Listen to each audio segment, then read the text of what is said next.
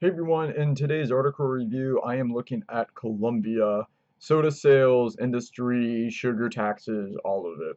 This is part of my series where I go around the world and look at the conflict between public health, nutrition, government, industry. It almost makes for a great movie, but this one is in Colombia. As we start here, I think this is a photo taken in Bogota. When you go to places like Mexico, Colombia, you see people in the street all the time selling sugary beverages.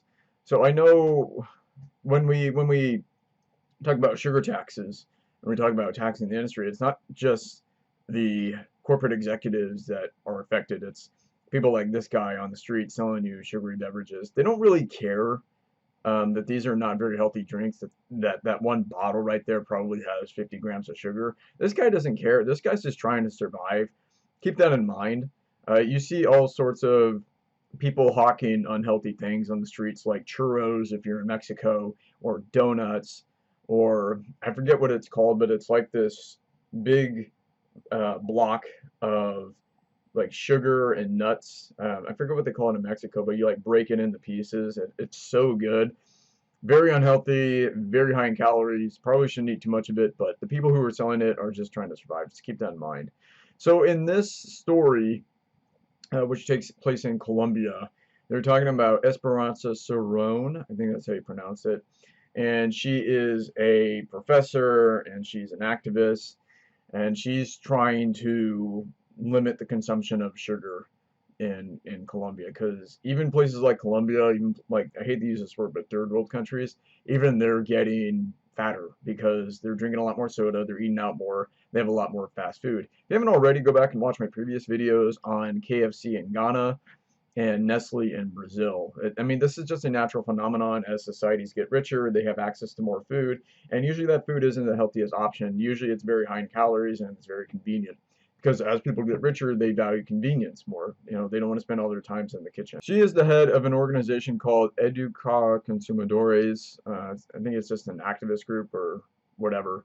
And they were proposing a 20% tax on sugary drinks like the one that you saw above, and Colombia's legislature was going to vote on it. And so they raised a bunch of money and launched ads, but that got the ire of the beverage industry. A Colombian government agency, responding to a complaint by the leading soda company, ordered the ad off the air. And then the agency went further. Dr. Cerrone and her colleagues were under the penalty of a $250,000 fine if they publicly discussed the health risks of sugar. $250,000. I mean, even here, that's a lot of money, but in Colombia, that's pretty much devastating. This is a picture of her right there, director of Educar Consumidores, and she has linked the consumption of sugar with obesity, which is not implausible, right? That makes sense, that the more the stuff that you consume, the fatter that you're going to get. Because, like I explained in my video on soda,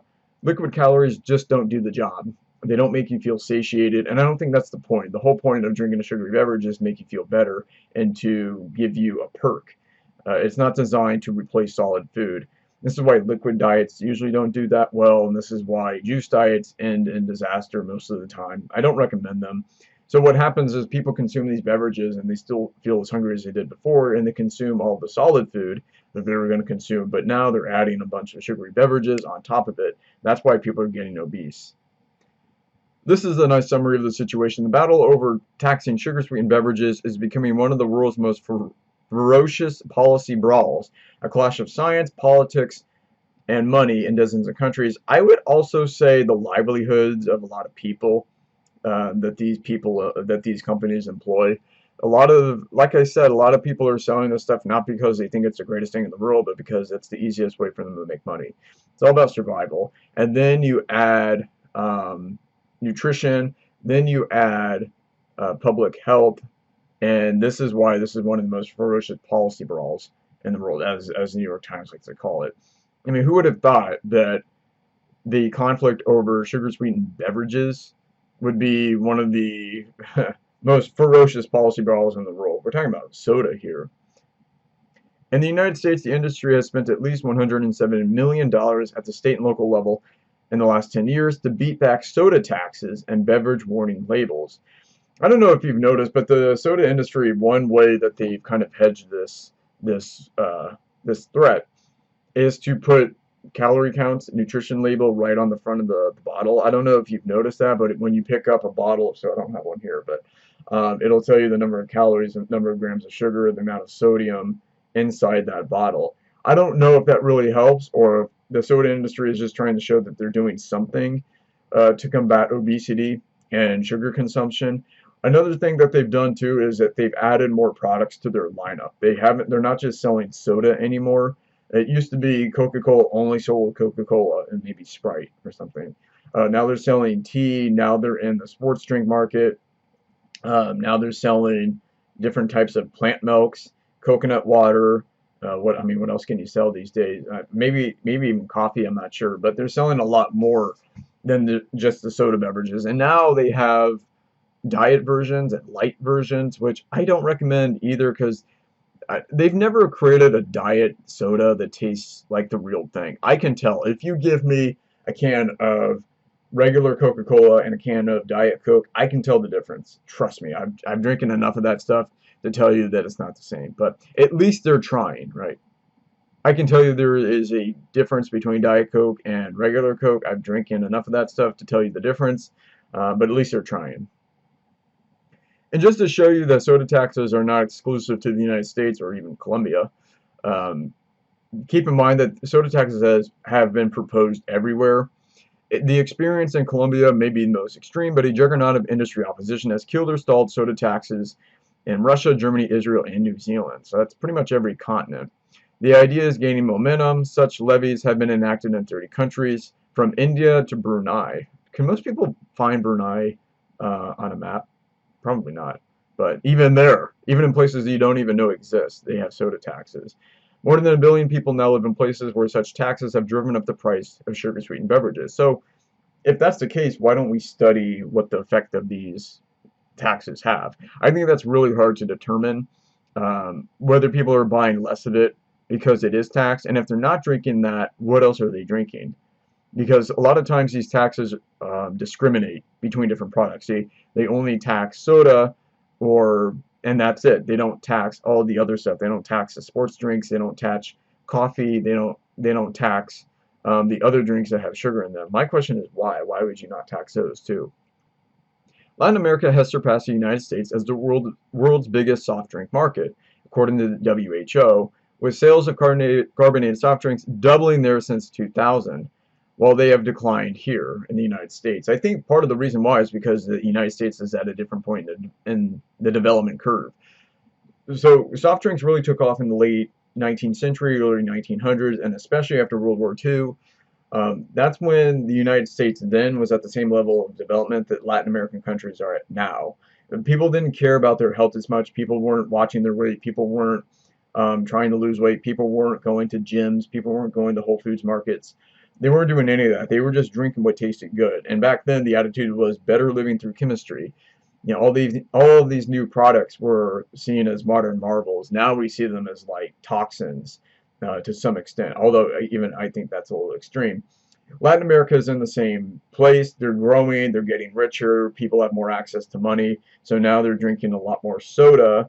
And I think what will happen naturally, even without these taxes, is as people accumulate wealth, they'll put a greater emphasis on their health because they can afford to do that, and they'll stop drinking as much soda. That's why soda isn't as popular here. That's why almost drinking soda is kind of like smoking cigarettes here. You know, 50 years ago, everybody smoked cigarettes. You went to a restaurant, people were smoking. You went onto the street, people were smoking. People used to smoke in hospital rooms back in the day. But as we developed as a country, and we became more aware of the effects of smoking, fewer people were smoking. Now the only people who smoke are people who like work at grocery stores, you know, people at the lower end of the income, and people in lower strata of society, I guess.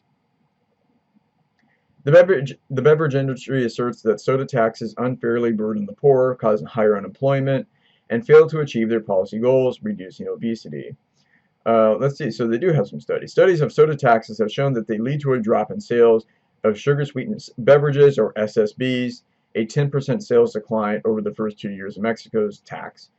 However, such measures are so new that there is not yet evidence of their impact on health. My guess is people will stop drinking soda, but they'll drink something else. I wonder if they're taxing beer. Because beer can lead to obesity just as much as sugar, I think. Or what about all of those expensive drinks at Starbucks? What about the sports drinks? What about chocolate milk? Are they going to tax all of that too? What about juice? Juice has just as many calories, if not more, than soda, although it does come with some nutrition. My guess is that these soda taxes will discourage, to an extent, sales, consumption of sugary beverages, but then they're just going to direct that consumption somewhere else. It's not really going to achieve its goal. That's just my guess. So here are some of the people who are affected by soda taxes. It's usually these small mom and pop shops. In Latin America, it's very common just to have these stores on the side of the street, kind of like 7-Elevens, but even smaller. I forget what they call them, like abarrotes or something like that. But what do they sell in there? They're selling a lot of sugary drinks, and they're selling a lot of snacks. They're not selling a lot of produce, although I bet you could find something like that. But when I was in Mexico, they were selling a lot of Bimbo snacks. Bimbo's that big bakery in Mexico. You've probably seen it in grocery stores here. It has that cute white bear on the front of every package, and they sell stuff like muffins and cookies and all sorts of other stuff that'll make you fat. But it's really popular down there. And places like this is what they sell. So they've got the big vending machine over here, the big vending machine over here, and then a bunch of snacks on the wall, a lot of candy. Usually they like to sell stuff to children who are walking home from school. They're just trying to make some money, right? It's all about survival. Soda has been called liquid candy. It kind of is in a way, because they just take 50 or 60 grams of sugar and they pack it in to this one bottle and combine it with food coloring and phosphoric acid and caramel color, and then they call it a drink. But yeah, it kind of is like drinking candy. It's like taking a bunch of Skittles and liquefying them and putting them into a bottle. The WHO cites soda taxes as one of the most effective policy tools for cutting consumption of soda. Well, that might be true, but is it going to make society healthier overall? I really question that.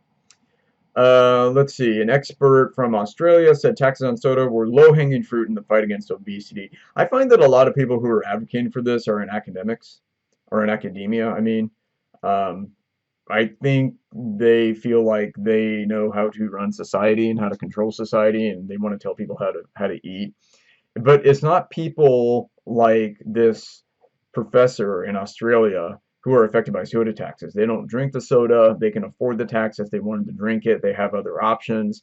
They're not selling soda. They don't own a mom and pop shop. So it's really easy for them to advocate for these kind of taxes, but they're not the ones who are affected by it. I'm sure if she depended on selling Pepsi for her livelihood, she would not be advocating for that. 2014, Mexico approved a 10% tax on SSBs, including Coca-Cola, which is Mexico loves soda. I couldn't believe how much soda people were drinking. That was back then. They're probably drinking even more now. Mexico also showcased how dirty the fight could get.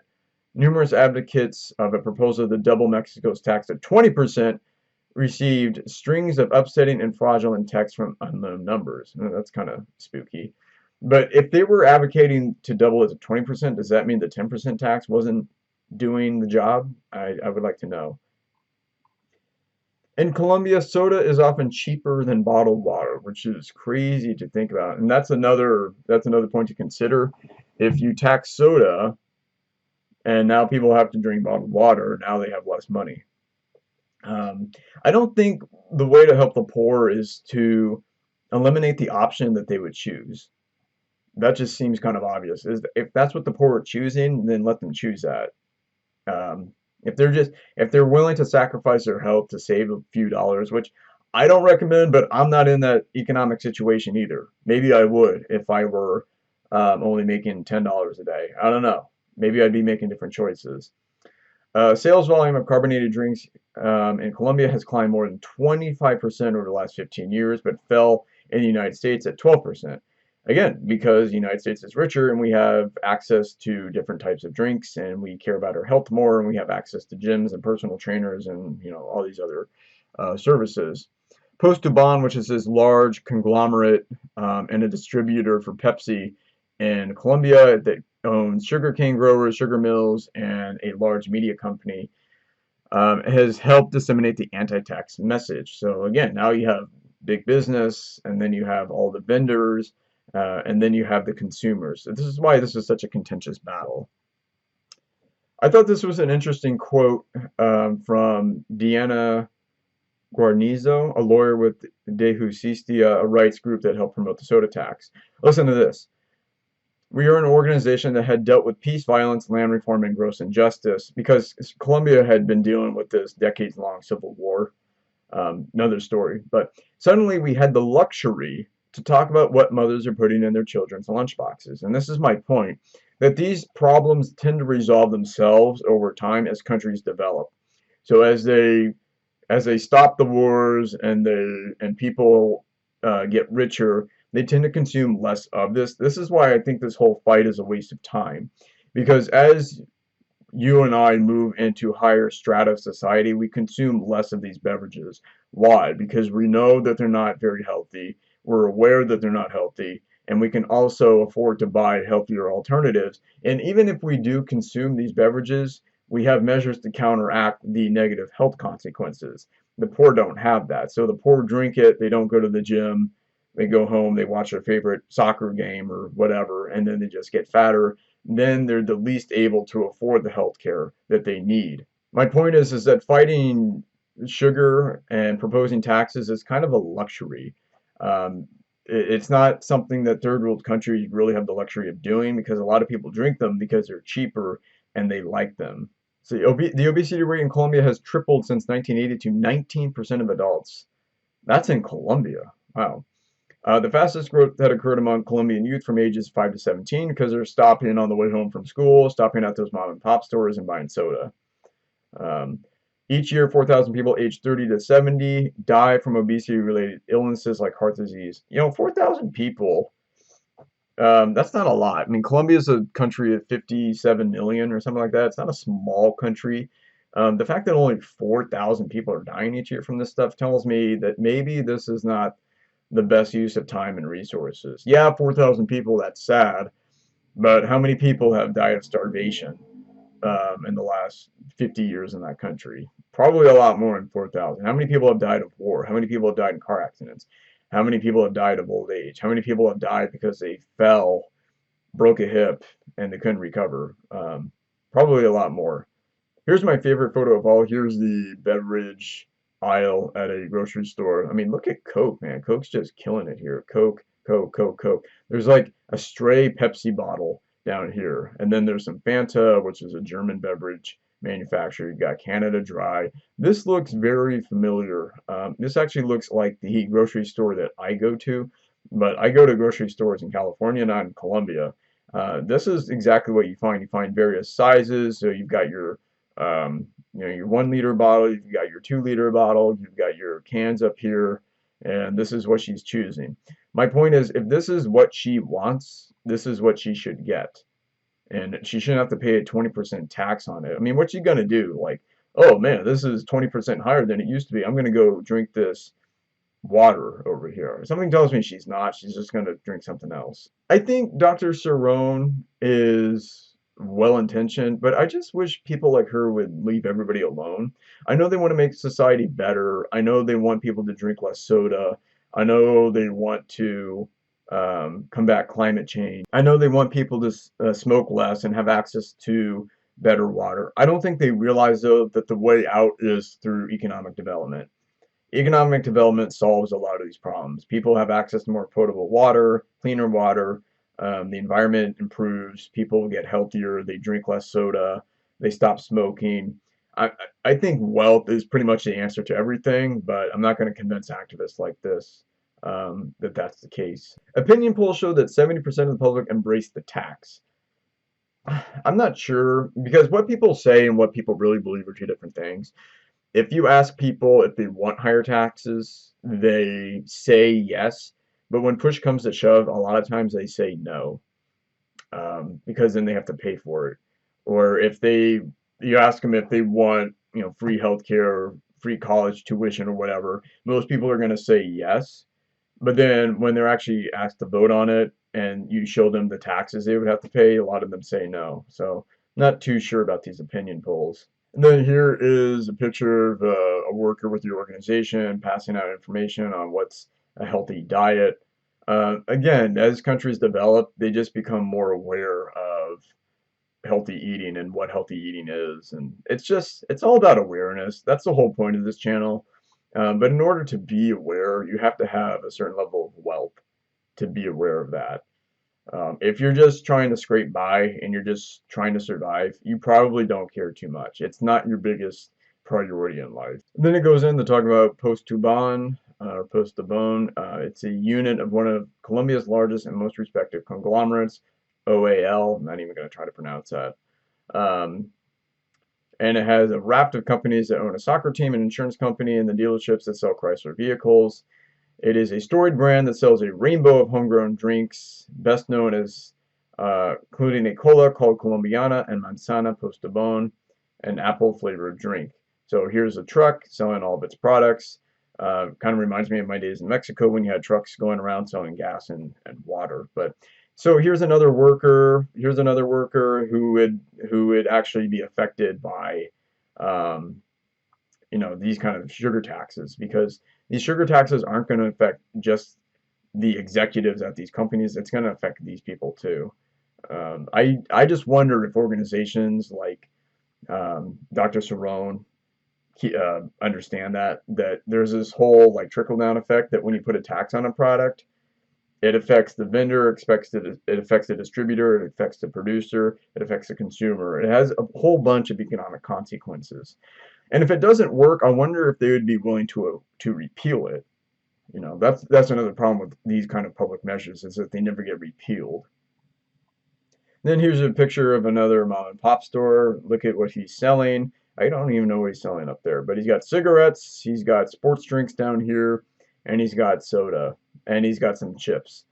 I mean, that's just what these kind of vendors sell. And so he would be another victim of this soda tax. Because the price of all this stuff would go up, he would sell less, he would make less money. So he would basically have to find another job. I forget what this word is, recargas.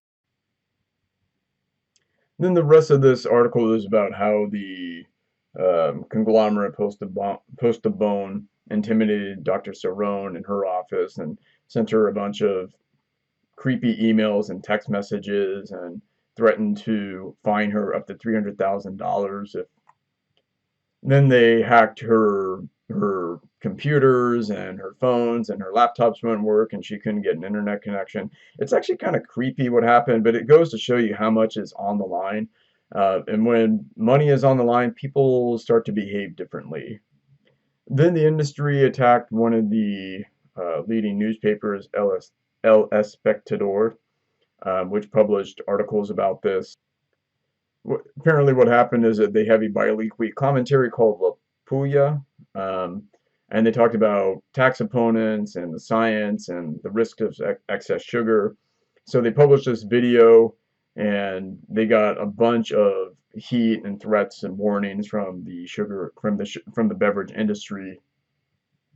And then finally, on the last day of 2016, opponents of the tax were victorious. Using a complex procedural maneuver, congressional leaders killed the soda tax, dropping it from the larger tax overhaul package. So the soda tax did not pass, despite the work of Dr. Cerrone and the work of newspapers like El Espectador, which is a leading newspaper in Colombia, or the online news site Vice, and they were launching videos and writing editorials to try to convince people that the tax was a good thing and that it would help public health. Then they talked to a senator. He said the problem isn't just sugar. We need a national plan to fight sedentary lifestyles, better product labeling, and education efforts to teach people to eat more fruit, fish, and vegetables. Well, the thing is, they're only going to eat more fruit, fish, and vegetables when they achieve that level of wealth.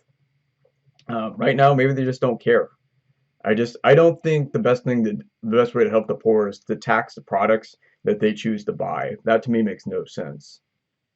Now Postobon is promoting a new beverage called Kofu, a new mango-flavored beverage formulated for children.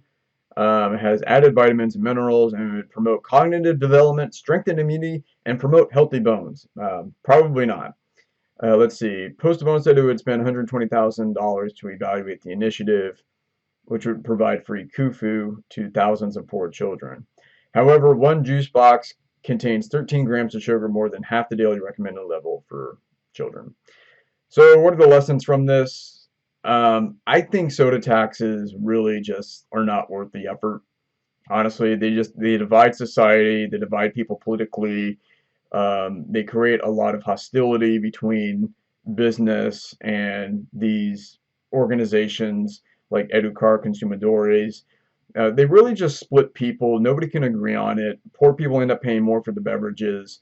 Vendors could lose their jobs. Mom and pop stores suffer. Kids don't get what they want. Parents can't buy the products that their kids are demanding them. It's just not worth it. I think the best way forward really is, like most things, to muddle through. And when Colombia develops and reaches a certain level of economic development, people are going to naturally stop drinking these beverages. It's like smoking. As societies developed and they place greater emphasis on public health, people stop smoking. It's the same thing with drinking soda. As societies develop, people are going to stop drinking so much soda. It's just a natural phenomenon. It doesn't need soda taxes. It doesn't need policy makers. It doesn't need activists like Dr. Cerrone, as well-intentioned as she is. So my guess is, as Colombia develops, as other countries develop, people are going to place a greater emphasis on their own health, and they're going to choose healthier options. Hope you enjoyed this video. Don't forget to watch my previous videos on Ghana, on Brazil, and I think I have one other one out there where I go around the world and look at the way that industrial food and processed food and soda is affecting the health of billions of people. Hope you enjoyed this. Don't forget to hit the subscribe button, and I will see you next time. Bye, guys.